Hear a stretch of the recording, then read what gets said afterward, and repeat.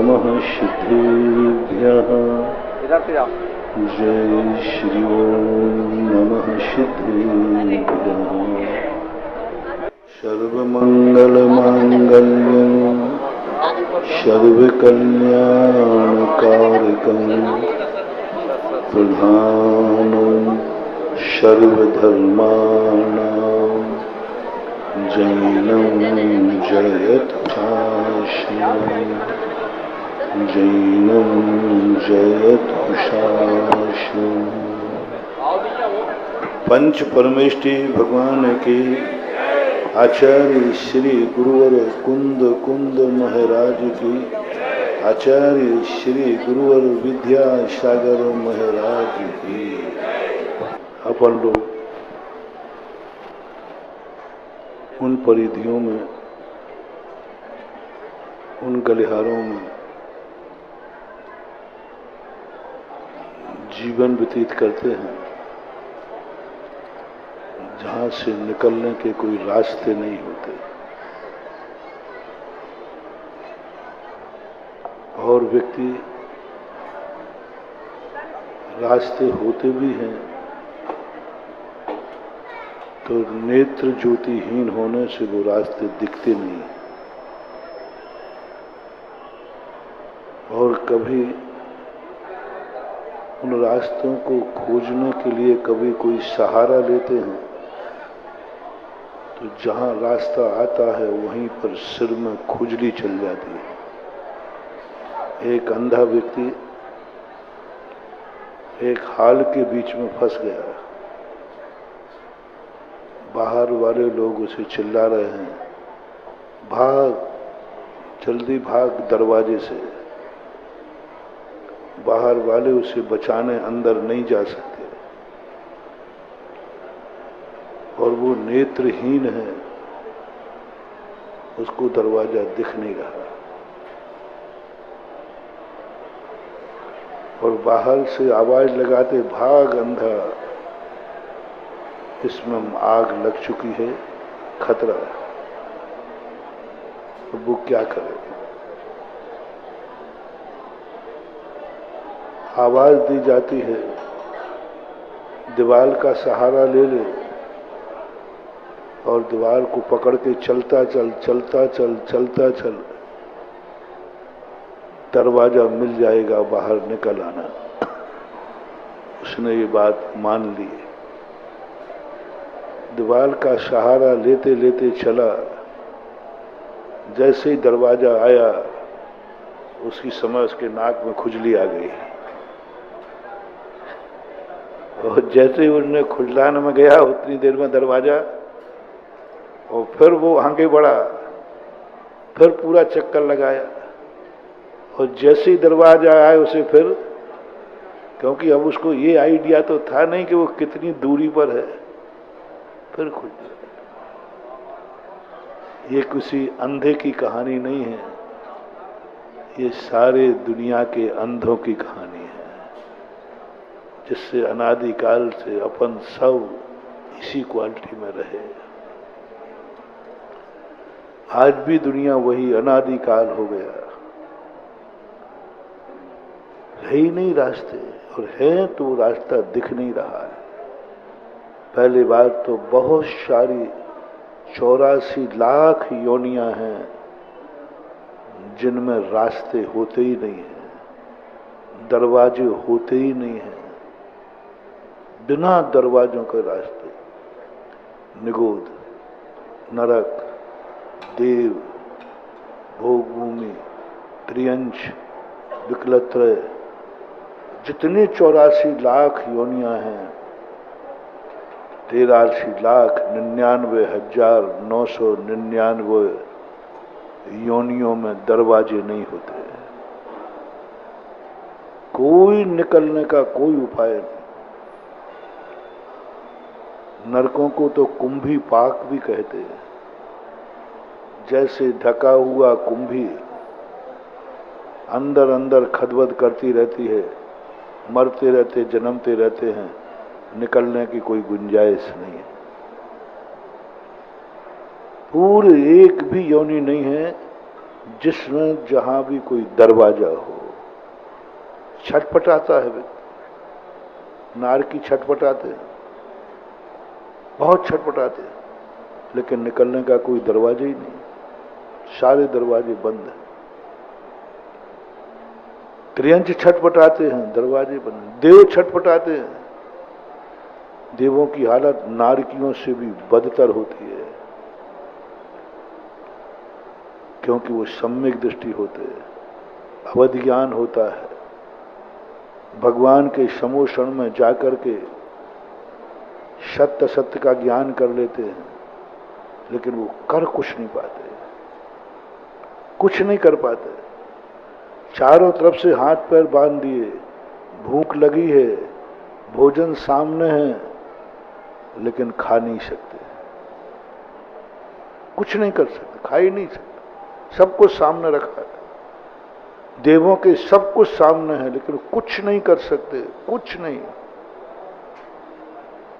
सब जानते हैं, लेकिन वो करने में असमर्थ है।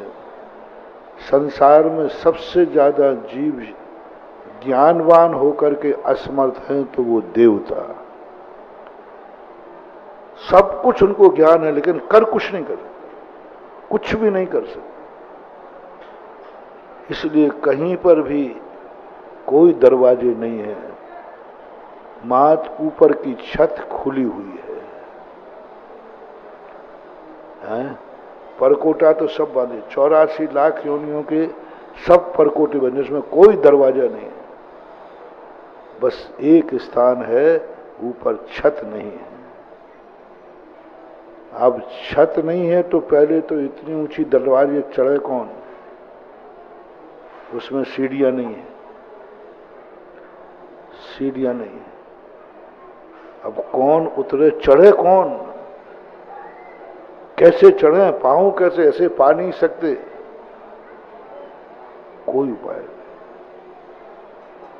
चांदखेड़ी के मंदिर की गुफा में यही स्थिति बनी थी। जैसे तैसे गुफा तक तो पहुंचना ही मुश्किल था, कोई उपाय ही नहीं था। जैसे तैसे वो ढक्कन मिला।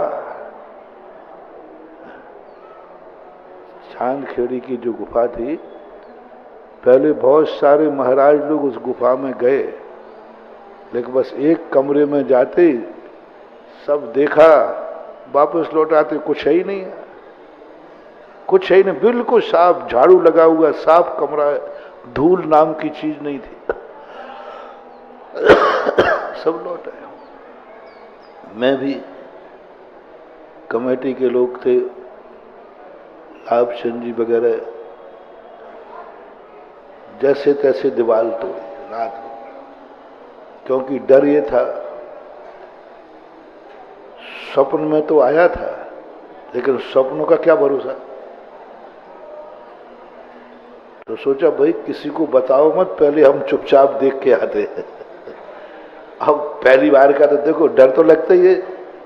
हालांकि स्वप्न शुभ मुहूर्त में था, शुभ लग्न में था, शुभ समय पे था, 2 बार आया था, तो विश्वास तो था कि शायद झूठा, लेकिन फिर भी देखो अपन लोग तो शकीले आदमी हैं। हैं? क्योंकि स्वप्न तो क्या पता हंसी मजाक उड़ गई। तो फैसला ये हुआ कि हम रात भर वहीं बैठते हैं, तुम लोग दीवार तोड़ो। दीवार कितनी मोटी, अब पुरानी दीवार है तो मतलब कि मजदूरों को मत बुलाना, क्योंकि रहस्यमय चीज है। तुम सेठ लोग कितनी तोड़ पाओगे, हाथ फौले पड़ गए, छाले पड़ गए, जैसे तैसे दीवार टूटी, 2 सीढ़ियां मिली, कमरे में गए, कमरे में बिल्कुल कहीं पर कोई सुराग नहीं। अच्छा रहा हल्ला नहीं किया, यहां तो कुछ है ही, कुछ भी नहीं, इतना सा कहीं कोई सुराग भी नहीं। उन्होंने बताया महाराज जी, यहां तक तो देशभूषण महाराज जी भी आए थे, बड़े महाराज हुए हैं बहुत पुराने, बहुत हैवी शरीर था पूज्य देशभूषण महाराज। वो भी यहीं तक आए थे और यहाँ देख करके उन्होंने कहा यहाँ तो कुछ नहीं है, तो लौट गए। लाभचंद राय, मेरे पिताजी ने उस समय दीवार तोड़ी थी उनके कहने पर, तो बाप के कहने पर दीवार तोड़ी थी देशभूषण महाराज के कहने पर, और बेटा ने तोड़ी आपके कहने पर। क्या हमारी पीढ़ी में ये दीवारें तोड़ते रहेंगे महाराज जी?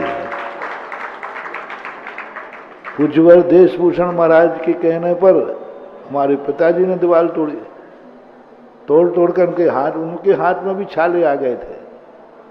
उन्होंने बताया था, बेटा मैंने एक बार एक महाराज आए देशभूषण महाराज जी, उन्होंने कहा यहाँ मूर्तियां हैं, इस दीवार को तोड़ो।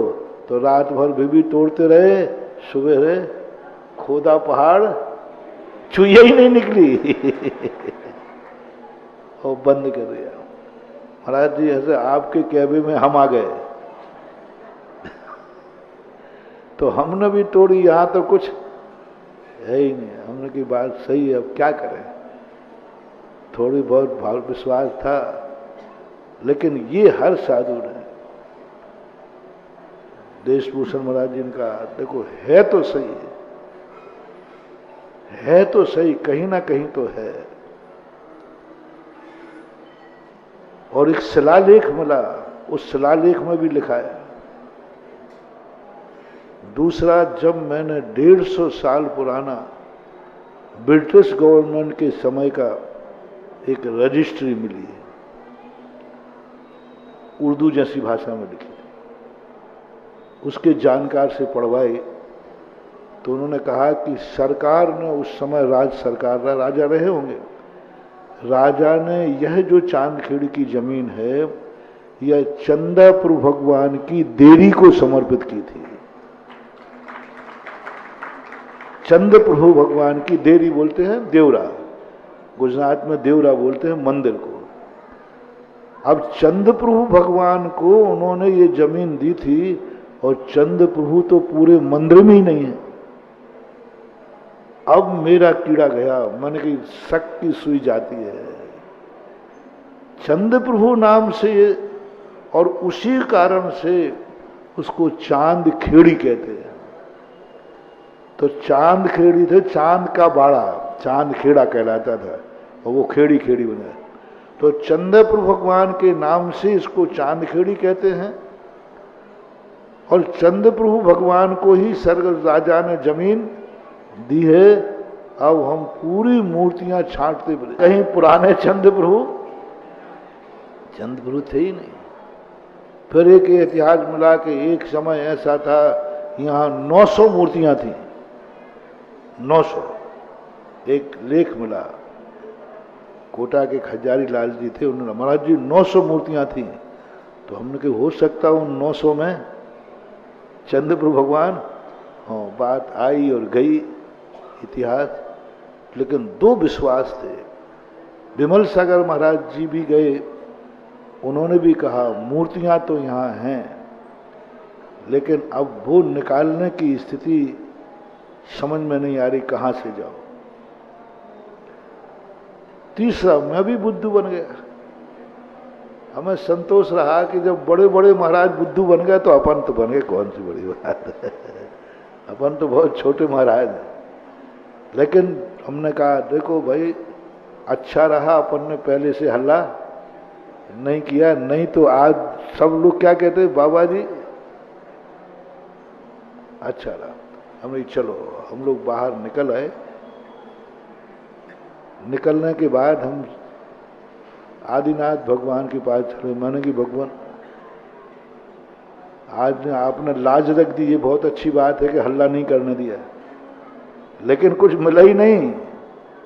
और जो दीवार तोड़ने वाले कमेटी के लोग कह रहे महाराज जी बाप के हाथ तोड़वाए थे देशभूषण महाराज ने, और बेटा के क्या हुआ। 2 मिनट में भगवान ने कैसा कहा जैसे भगवान मुस्कुरा रहे हो, हंसती हुई मुद्रा, दांत नहीं दिखे, एक मुस्कुराहट दिखे, जैसे वो कह रहे हैं बुद्धू जहां गया था वहीं तो है। अब मैं भगवान की भाषा समझ नहीं पाया। फिर हमारा मन हुआ कि चलो एक बार और उस कमरा, दीवार तो खुली है, तो एक बार और चलो देखने। जैसे वो कोई मर जाता है ना, तो बार बार देख के लगता है देखो वो श्वास वास चल रही हो। तो मरे हुए व्यक्ति को सब लोग देखने क्यों जाते हैं? इसलिए कि शायद पता चल जाए कि थोड़ी बहुत बात। मैंने कहा कि चलो बंद तो करनी है, एक बार और चलते। एक बार चलने के बाद देखा, तो मैंने कहा कि ऐसे करो, एक घन लाओ। घन तोड़ने का था, जमीन पर पटको तो सही। तो महाराज जी क्या होता है? यहाँ था फर्श लगा हुआ, बहुत बढ़िया फर्श लगा है सैंड स्टोन का, क्या होगा? जैसे ही फर्श लगा, पटका घतोड़ा, तो एक थोड़ी सी दरार निकली बाल के बराबर। मैंने कहा ये दरार है, नहीं हो तो एक पत्थर उखाड़ के देख लेते ना, क्या बिगड़ता है? मैंने कहा लाभचंद जी इतने हाथ तोड़े, थोड़े और तोड़ लो।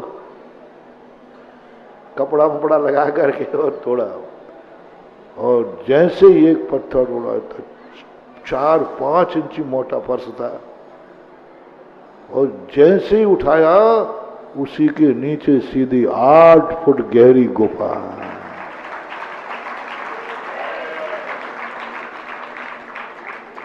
अब वो गुफा तो फिर जो तुम्हें उदाहरण कहाँ फिट हो रहा है, जी ध्यान रखना। इस संसार में अपन लोग भी ऐसी 84 लाख योनियों में डूबे हैं जिसमें कहीं से कोई रास्ता है ही, कहीं कोई रास्ता नहीं है। जैसे तैसे कभी कोई जीव ऊपर की तरफ देख ले हुए। ज्यादातर दुनिया के जितने जीव हैं उनकी निगाहें नीची रहती हैं, उनकी गर्दन नीची होती है। पशुओं को, त्रियंचों को ऊपर का नहीं दिखता, ऊपर देखती नहीं। क्वचित कदाचित कभी कोई ऊपर देखने का भाव आ जाए तो अब इतनी बड़ी दीवार चढ़े कैसे? अब पसीना आ गया कि 8 फुट ऊंची दीवार से कूदे कौन नीचे? 8 फुट क्या कहलाता है? और मैं महाराज, हमने उनसे कहा तुम कूदो। बोले महाराज जी मुझे तो नहीं कूदा, क्या पता अंदर कुछ मामला गड़बड़ हुआ तो। फिर मुझे सांगानेर की याद आई। मैंने कहा देखो गृहस्थों को पहले आगे मत करो, बेचारे बाल बच्चे वाले हैं। मैंने कहा देखो मैं तो उतर नहीं पाऊंगा, 8 फुट नीचे कैसे उतरूं? और ऐसी दूर की जगह हो कि छलांग लगा दो। अब हम साधु हैं, ऐसे थोड़ी बंदर जैसे कूद जाए छलांग लगा करके। पीछे भी साथ में रहना है, और गहराई चौड़ाई है नहीं कि चलो यहां से छलांग लगा वहां कूद जाओ। छलांग लगाओ तो दीवार में माता रहेगा। हमने कहा देखो लाभचंद जी, बोले ये तो गुफा तो पहले महाराजों को नहीं मिली थी, ये तो पहली बार। मैंने कही मिल तो गई, लेकिन नीचे कौन उतरे? इसमें कहीं भी जीना नहीं है, कहीं भी एक इतना सा स्थान नहीं। अब बैठे सब लोग ऐसे क्रम से हाथ लगाए, हम वहीं बैठ गए। हमने क्या करें क्या? देखते देखते टार थी, देखते देखते एक कोने में एक इतना सा होल था 4 फुट के नीचे, जिसमें अंगूठा जा सकता था। बस पैर का अंगूठा है ना, इतना सा था, इतना छोटा सा अंगूठा था, बस उतना ही रख सकते हो। मतलब थोड़ा तो सहारा मिला है, एक पैर का अंगूठा तो आ जाएगा। फिर मैंने अंगूठे को देखा अपने, तो अंगूठा कहता है मैं बाहुबली का अंगूठा थोड़ी हूं। एक पैर, एक अंगूठे के बल पर पूरे शरीर का वजन लेना, और दूसरा पैर अधर में रहेगा, तो ये तो बस की बात नहीं। गिरनार की चौथी टोंक देखी जो गए होंगे, वहां भी यही स्थिति है। छोटा सा स्थान, एक पैर रखने को मिलता है, और फिर ऊपर जाकर के, और गिरे तो सीधे कहां जाओगे? बस बॉडी जाएगी नीचे और आत्मा जाएगी ऊपर। मैंने कि देखो एक सुराग तो मिल गया अंगूठे रखने लायक, लेकिन कहीं अंगूठे ने वजन नहीं लिया तो अब हमने फिर आंख बंद की आदिनाथ भगवान है, तो फिर भी मुस्कुरा रहे हैं। बोले भावला कहेंगे जब इतना डरपोक है तो ये रिक्स लेता क्यों है?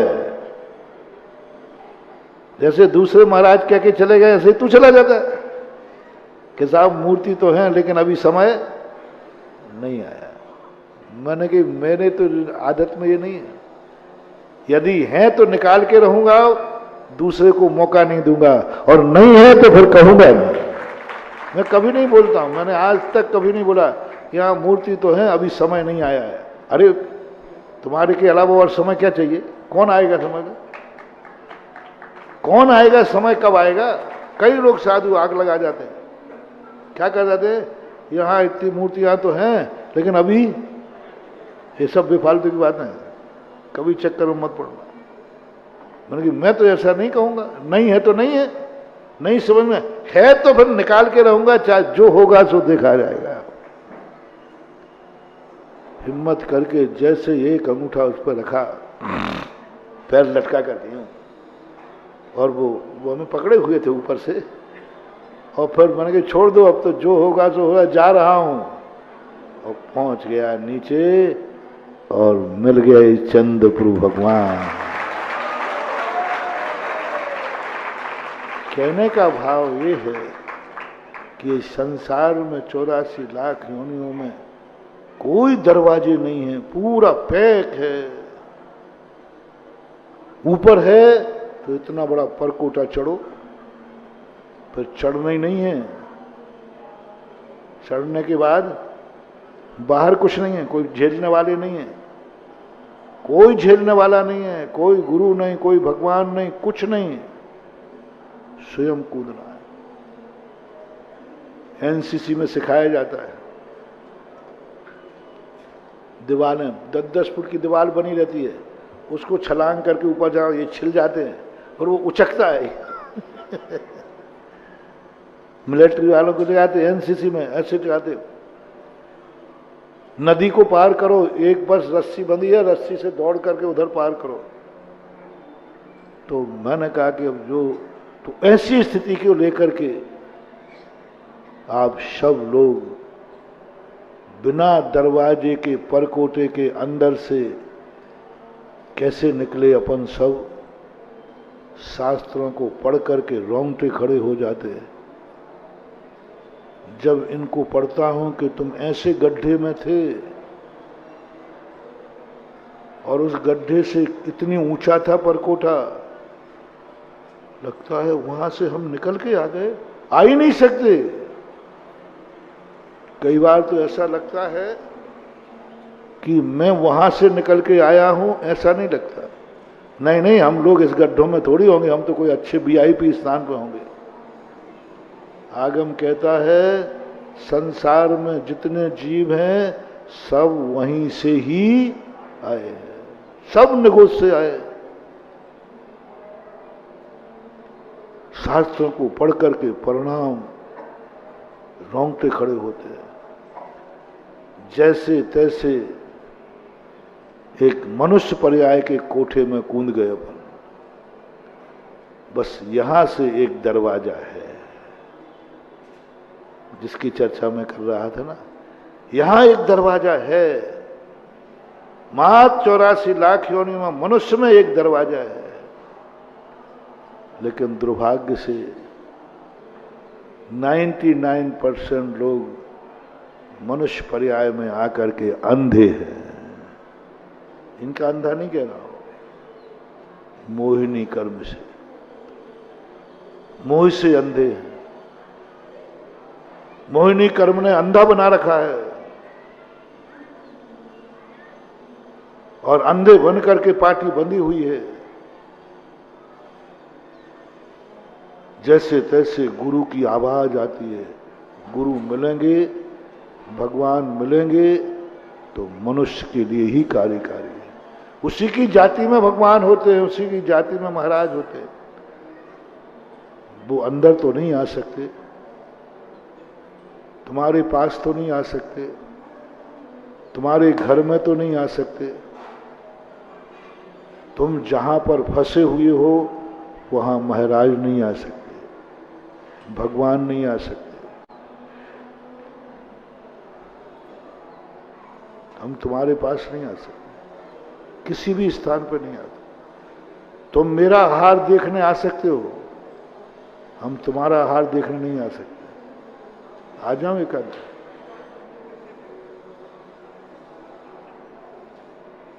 तुम रोज को मेरा देखते हो, एक आध दिन मैं भी मन बनाऊं, आज चलो आज मैं हार को नहीं उठूंगा, आज तुम लोगों के हार देखने आऊंगा।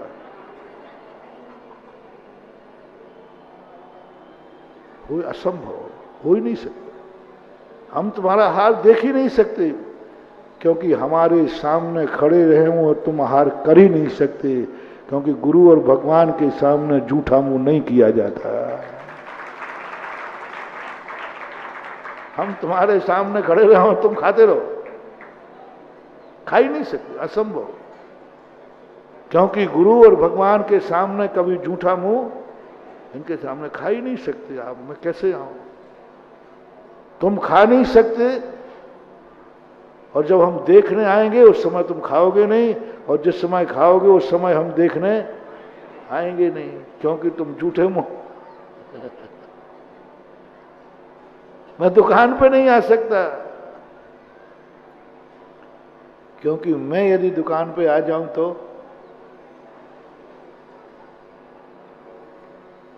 तुमने रेट झूठे बताए। मैंने कहा नहीं, ये झूठ बोल रहा है। कोई माल ही नहीं बिकने दूंगा। एक बार सुनाया था ना, एक व्यक्ति आए, आप लोगों का शादी का कार्ड है ना, वो देते हो आप लोग महाराज जी को निमंत्रण।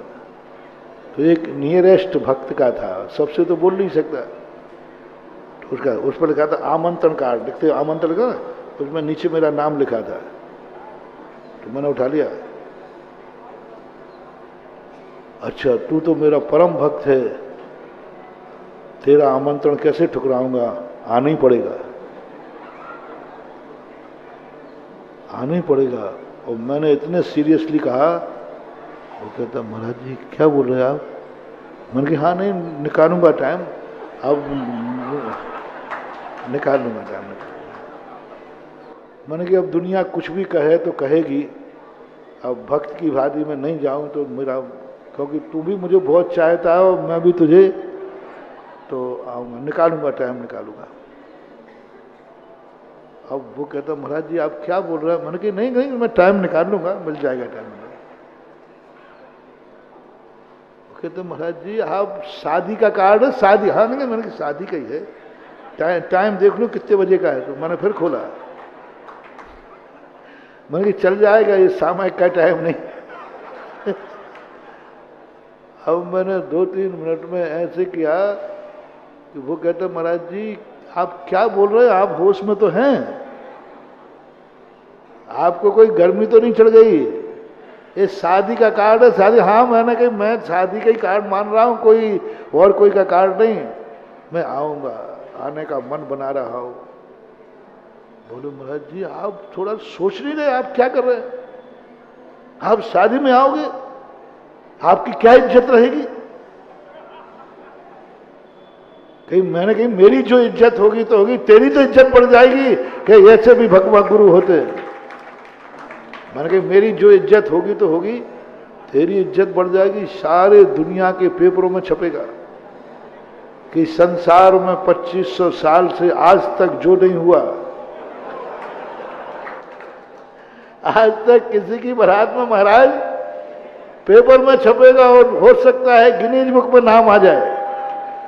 जो आज तक नहीं हुआ वो हो जाए, उसी को बोलते ना गिनीज बुक। बाकी तेरी तो इज्जत बढ़ जाएगी। बोले महाराज जी इज्जत बढ़ जाएगी?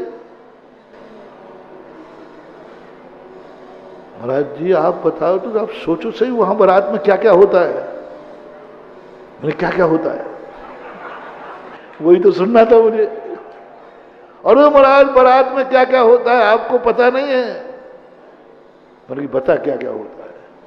अरे वहाँ नाच होता है, वहाँ गान होता है, वहाँ रात में भोजन होते हैं, वहाँ ये होता है।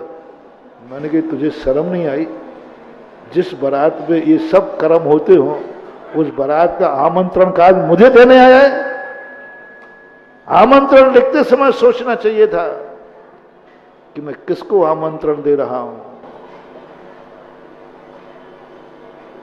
किसको आमंत्रण दे रहा हूं। गुरु को आमंत्रण दे रहा है, भगवान को भी देते हो।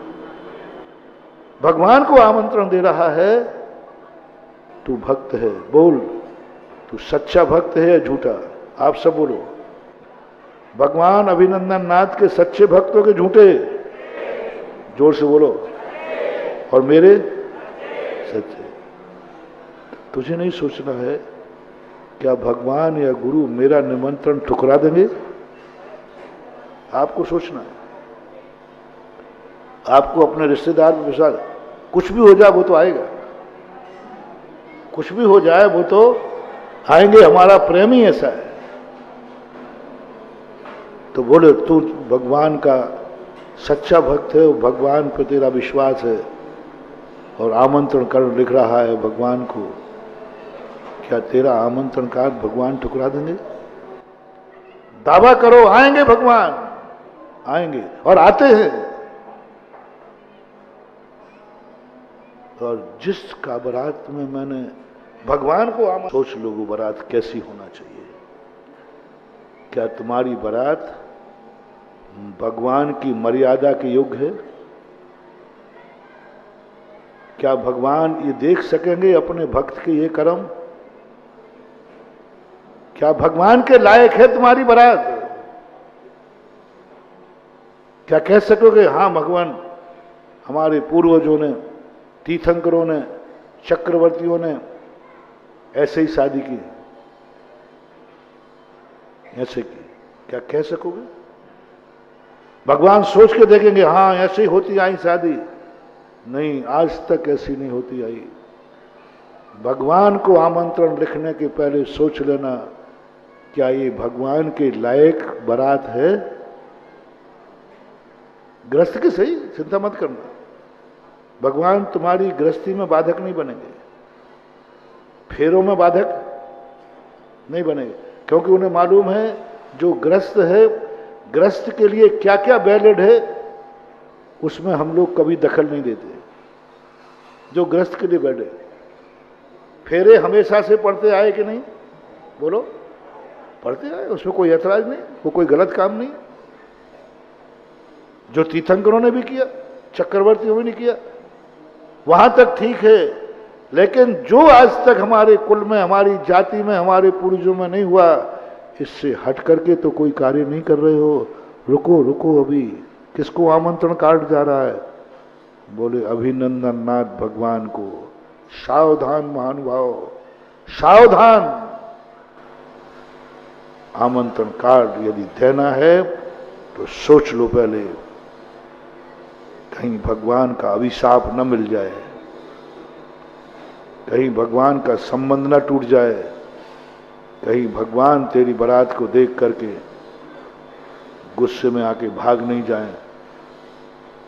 तू मेरा भक्त होकर ये कर रहा है? तेरी बारात में रात्रि भोजन हो रहे, तेरी बारात में आलू प्याज बन रहे, तेरी बारात में बोतलें खुल रही, तेरी बारात में महिला संगीत हो रहे, ये नाच रहे हैं, तेरी बारात में प्री वेडिंग, क्या बोलते नाम में अंतर आ जाए तो, क्योंकि मुझे ये कर्म तेरे यहां होने लगे, तुझे शर्म आना चाहिए कि तूने किसको आमंत्रण दिया है। महानुभाव, मुझे तो आज शिक्षा देना थी। यदि आपका यही निश्चय कर लेना, दावे के साथ कह रहा हूं, विश्वास के साथ कह रहा हूं, यदि आपका भगवान के प्रति सच्ची भक्ति है और आपका आमंत्रण है, भगवान आएगा, आता है, जाता है, जाता है, नियम से जाता है। आपकी सच्ची भक्ति हो रही है, आप सच्चे मायने में भगवान हो, तो भगवान भी जब व्यवहार में रहता है वो अपने भक्त को कभी ठुकराएगा नहीं। भगवान जाता है, भगवान पहुंचता है। हाँ, झूठा मूठा रखा है तो बात अलग है, भगवान अंतर्यामी है, फिर ध्यान रखना। भगवान अंतर्यामी है, बाहर की नहीं, अंदर की बात भी तो ऊपर से रखने आया है कि अंदर से? वो आमंत्रण कार्ड बोलो, ऊपर से रखने आए हो कि फॉर्मेलिटी, या अंदर से? जल्दी बोलो, झूठ मत बोलना, झूठ बोले कौआ काटे। अंदर से रखना महानुभाव। कौन कहता है भगवान आते नहीं हैं? तुम भगवान के तरीके से तुम बुलाते नहीं हो। कौन कहता है भगवान आते नहीं है? भगवान को बुलाने का तरीका है, वो तरीका तुम्हें आता, उस तरीके से बुलाओ, देखे भगवान कैसे नहीं आता। आएंगे, मेरा तो विश्वास है। मैंने तो जब बुलाया, जहां बुलाया,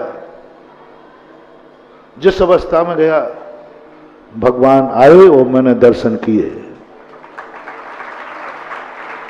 सांगानेर में सामने डरा दिया, तुम नहीं जा सकते, यहां पर आचार्य महाराज जाते हैं, तुम मुनि महाराज हो, और यदि गए तो लौट के नहीं आओगे, जिम्मेवारी मेरी नहीं।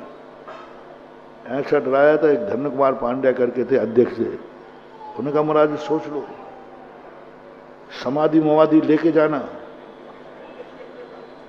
आप लौट के नहीं आओगे। क्योंकि अभी तक का नियम है, एक छुल्लक जी गए थे जबरदस्ती करके, उनकी जिंदगी भर के लिए आंखें चली गई, अंधे होकर आए थे। मैंने जाकर के डर गया था, 94 की बात है, मैं डर गया। मैंने कहा भगवान रहने दो, आपके दर्शन के लिए मैं मुनि पद की बलि नहीं चढ़ा सकता, क्योंकि आपके दर्शन से ज्यादा मूल्यवान है मेरा मुनि व्रत। भगवान का दर्शन हो और मुनि व्रत हो, दोनों में से एक को स्थान देना है तो हम मुनि व्रत को देंगे, भगवान को छोड़ देंगे। क्यों? भगवान के दर्शन से तो क्या मिलेगा? भक्ति तो बनेंगे, लेकिन मुनि व्रत निर्दोष पाल लिया तो एक दिन भगवान बन जाऊंगा। मैंने कि भगवान नहीं करना, मैं अपना मुनि व्रत दाव पर नहीं लगाऊंगा। आपके दर्शन करने के लिए मुनि व्रत दाव पर लगे, बैठे रहो भगवान वहीं, बैठो वहीं बैठो आप, मुझे दर्शन की जरूरत नहीं है। भाई हमें ऊपर वाले भगवान ठीक है, ऊपर तो बहुत सारे बैठे थे, इन भगवानों और मैं भीत राखता दोनों में, हमें नहीं चाहिए आपका दर्शन, आप वहीं बैठो और बैठे ही रहोगे, ध्यान रखना। हम भगवान से कहते भगवान आपके सामने भी तो, ये देखिए भगवान के सामने इतना गजब की बात, जब मैंने पढ़ी ये बात, तभी मैंने चक्रवर्ती विभाग की उपदेश दिया। मैंने कहाँ जा रहे हो, कहाँ पढ़ रहे हो? जिनेन्द्र देव के सामने, बिल्कुल मूर्ति के सामने बैठ करके दोनों पानी ग्रहण करते, दोनों पानी ग्रहण, और कहते भगवान तू साक्षी है, हम तो अपरिचित है, हम तो, लेकिन तू साक्षी है, मैं कुछ गलत कर रहा हूं, तू साक्षी है प्रभु, तेरी साक्षी में मेरे संबंध हो रहे हैं बस। और जिस केस का गवाह जिनेन्द्र हो, जिस सेठ का गवाह जिनेन्द्र हो, मुझे नहीं लगता 99.99 भी संबंध अच्छे ही होंगे, क्योंकि भगवान की साथ में। ये पूज्यपाद जिनसेन स्वामी का है। महाराज ठीक है, फिर कई लोगों ने तो क्या किया, भगवान को उठा के ले गए बारात में। चलो भगवान, महाराज ने कहा नहीं नहीं नहीं नहीं, थोड़ा मामला मर्यादा रखो, यहीं आ जाओ, वो योग्य स्थान नहीं है। तो महाराज आ जाएंगे, ठीक है, कल से शादियां, हम चाह ही रहे थे कि अब हम मंदिर में होंगे, अब महाराज जी कल से शादी होगी, आप प्रदर्शन कहीं और कर लेना।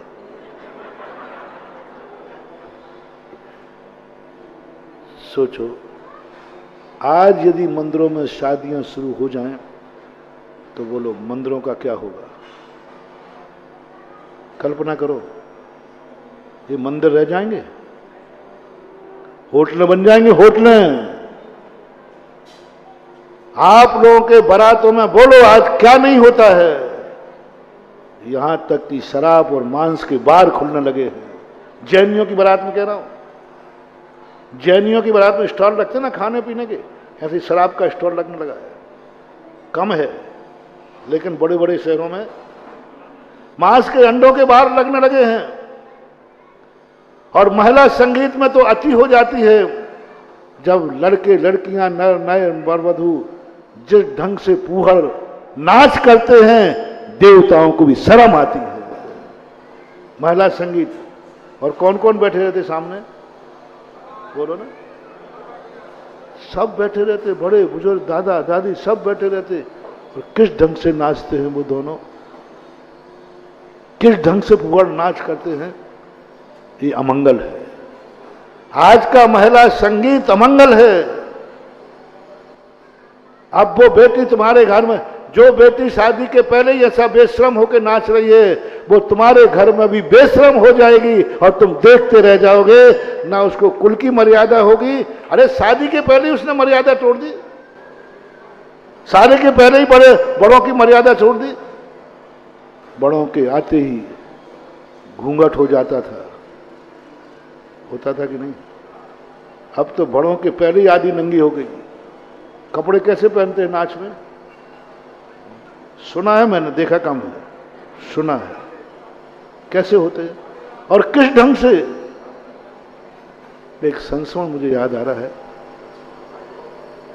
कैसा है हमारा भारत देश, कैसी हमारी जैन समाज। एक स्थान पर मैं, ठंड का समय था, मैं छत पर लघु शंका करने गया, कायेश्वर कर रहा था।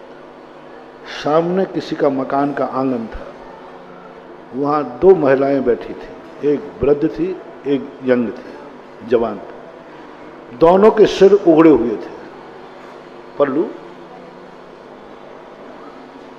दृष्टि पड़ गई उस पर, मैंने कि माँ बेटी बैठे होंगे, माँ बेटी बैठी होगी, बहू सासू बैठी हो।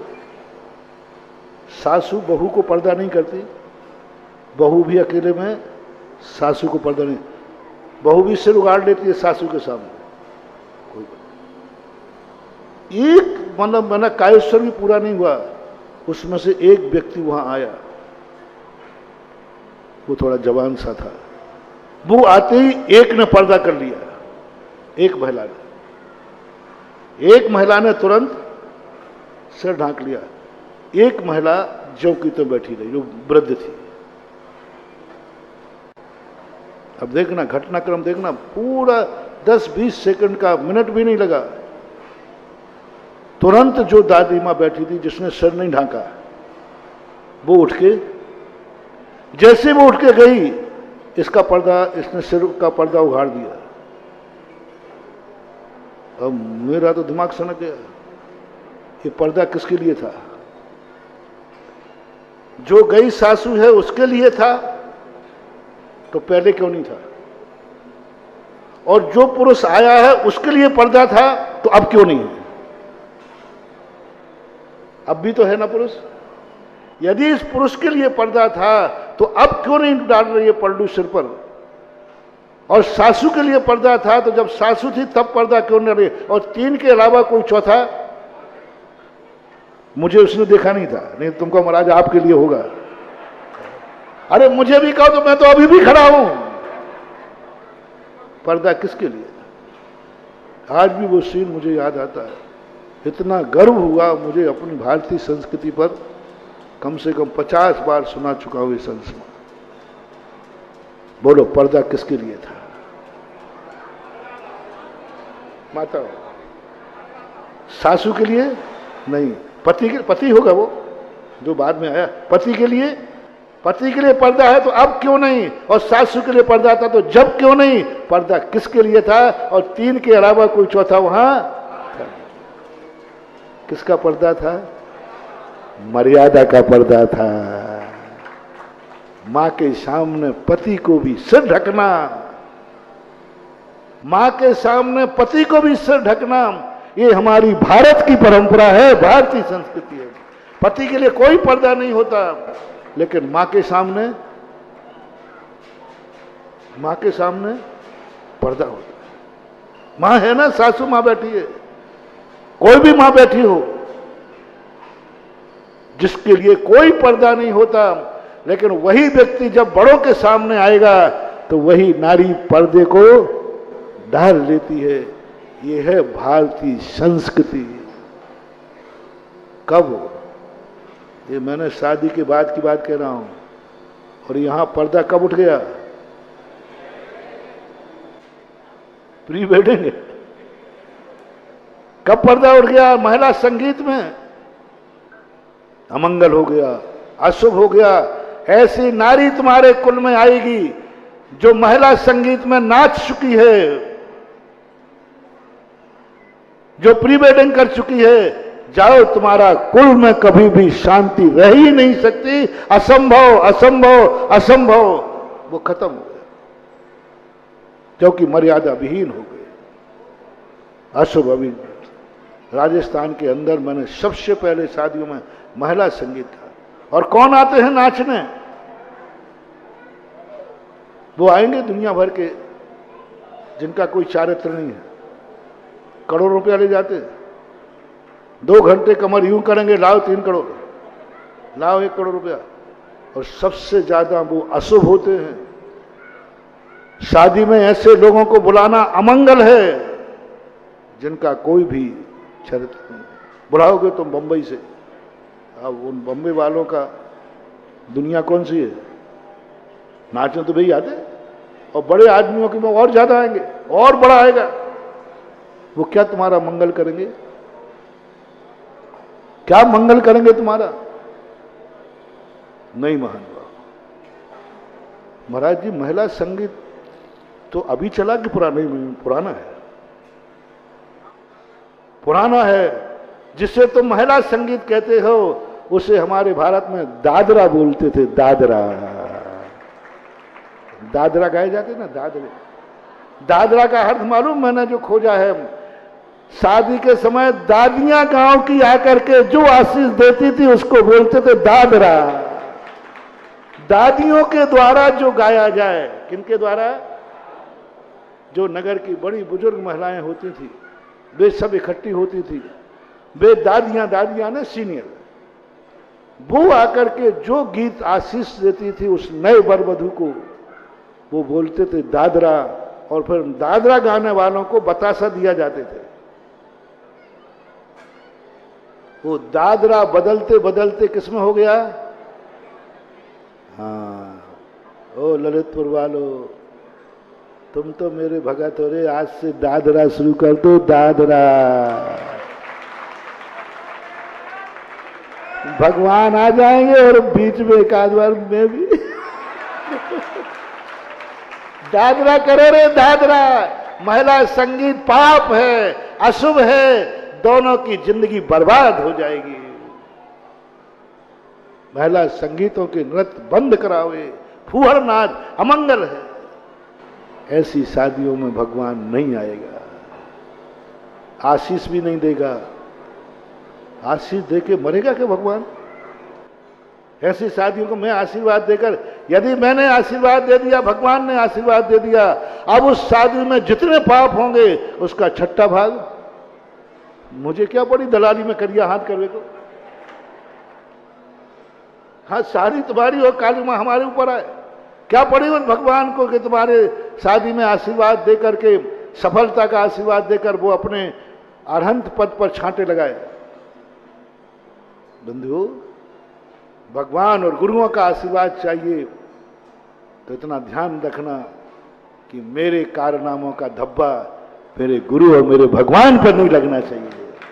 कोई ये ना कह दे भगवान उसका दिया था आपने आशीर्वाद, मेरे पास आके कह देते रहो महाराज आपने उसको दिया था शादी का आशीर्वाद ना, यदि आप चलो तो दिखा दूं क्या हो रहा है, दिखा दूं महाराज क्या हो रहा है। देखो, इतना तो ध्यान रखो रे, कम से कम हमारे गुरु ने आशीर्वाद दिया है, मेरे भगवान ने आशीर्वाद दिया है।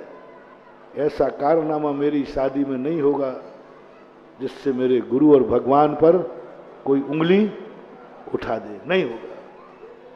कैसे होते हैं शादी वाया प्रसंग आया है तो सुने। दोनों वर वधू ने पहला तो कुंडली मिली ना, वो तो समझ में आई कि नहीं आई? अरे सीधी सीधी भाषा में समझाया, और क्या समझाओ। तो आज से ये नियम, जो मेरा प्रवचन सुन रहे हैं यहां बैठ के, लाइव बैठ के, वो नियम ले ले।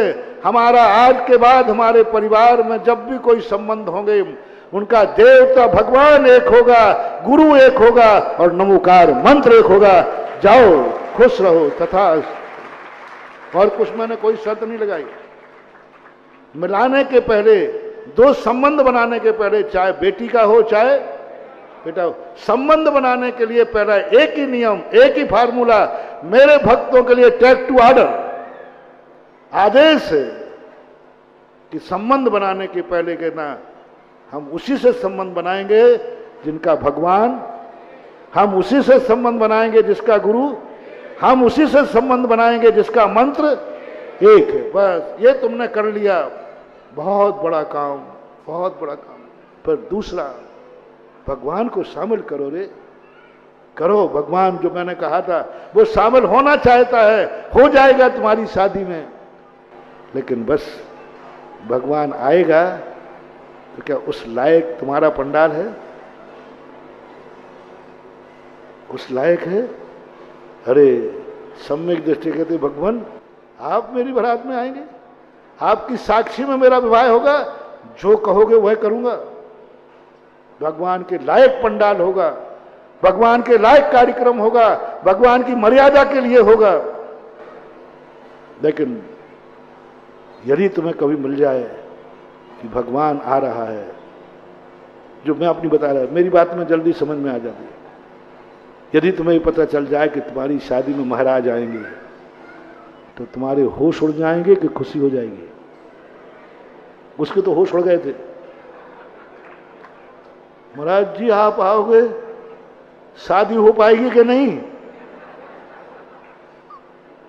कुछ करने दोगे? और मैंने कहा मैं भी वहीं बैठूंगा टेबल पर टक्कर लगा करके, और थोड़ा देखूंगा अभी क्या क्या हो रहा है। होश उड़ गए। सम्यक दृष्टि कहता हो, भगवान गुरुदेव क्या बात है, आप आओगे? कई बार मेहमान के अनुसार तैयारी की जाती है कि नहीं? कौन मेहमान आ रहा है उसकी तैयारी अलग होती है कि नहीं? फलाना मेहमान आएगा, ओहो मेरे बारात में गुरु महाराज आएंगे, अब गुरु महाराज की तैयारी क्या है आज से शुरू कर दो। भगवान आएंगे, गुरु ने कहा है आएंगे, क्योंकि मैंने सच्चे दिल से भगवान को माना है। तैयारी शुरू कर दो, भगवान आएंगे। भगवान कहाँ आते? भगवान जहां आते वो मंदिर होता है, वो तो मंदिर होता है। क्योंकि भगवान जहां पहुंच जाए वो क्या होता है? मंदिर ही होता है। कहीं भी हो भगवान जहां है, मंदिर मानना। भगवान आएंगे तो मंदिर हो जाएगा। पंडाल में आएंगे तो वो कहता है मंदिर तो नहीं बना पाएंगे, ऐसा करते अपन मंदिर में ही चलते हैं। अब मंदिर के लिए कैसा जाया जाता है ये सोच लो रे बूढ़े। मंदिर में जाने के लिए नहाओ, धोती दुपट्टा पहनो, पहले तो एक दिन 24 घंटे का उपवास रखो। 24 घंटे का उपवास। जितनी भी शादियां हुई चक्रवर्ती की, उतने उपवास किए हैं चक्रवर्ती ने। जैन दर्शन में श्री राम और सीता का जब विवाह हुआ, दोनों का उपवास था। दोनों 24 घंटे के लिए अन्न जल का त्याग करते हैं, और अन्न जल का त्याग करके दोनों परिवार के लोग धोती दुपट्टा पहनेंगे। पूरी बारात, मैं बारात के दूल्हा के लिए शेरवानी कहीं नहीं लिखी है। विवाह के समय आगे पीछे पहनाऊंगा तुम्हारी शेरवानी, चिंता मत करो, पहनाऊंगा। थोड़ा साता तो रख, सगुन तो हो जाने दे। पहले जाकर के धोती दुपट्टा पहनेगा दोनों, वो केसरिया साड़ी, वो धोती दुपट्टा पहनकर दोनों पक्ष पूरे बरातियों के, मैं रिश्तेदारों के, दोनों बैठेंगे। एक तरफ वर, एक तरफ वधू, धोती दुपट्टा में। टेबलें लगेंगी और दूल्हा उठेगा। उधर से दूल्हा का बाप उठेगा, इधर दुल्हन का बाप उठेगा। दोनों जाकर के दूल्हा का सहयोग करके भगवान का अभिषेक करेंगे। पूरी जनता जितने बाराती हैं वे सब अभिषेक करेंगे और अभिषेक करने के बाद दूल्हा आकर के अपना गंधोदक अपनी मंगेतर को देगा। अभी शादी नहीं हुई, वो गंधोदक ही सगाई है, वो गंधोदक ही दस्तूर है, वो है सगुन। अपने हाथ से अभिषेक, जो होने वाली दुल्हन है वो अपने होनहार पति के हाथ का गंधोदक अभिषेक देखेगी और वो गंधोदक लाकर के उसको देगा और वो गंधोदक को सुहाग मानकर, सौभाग्य मानकर अपने माथे पर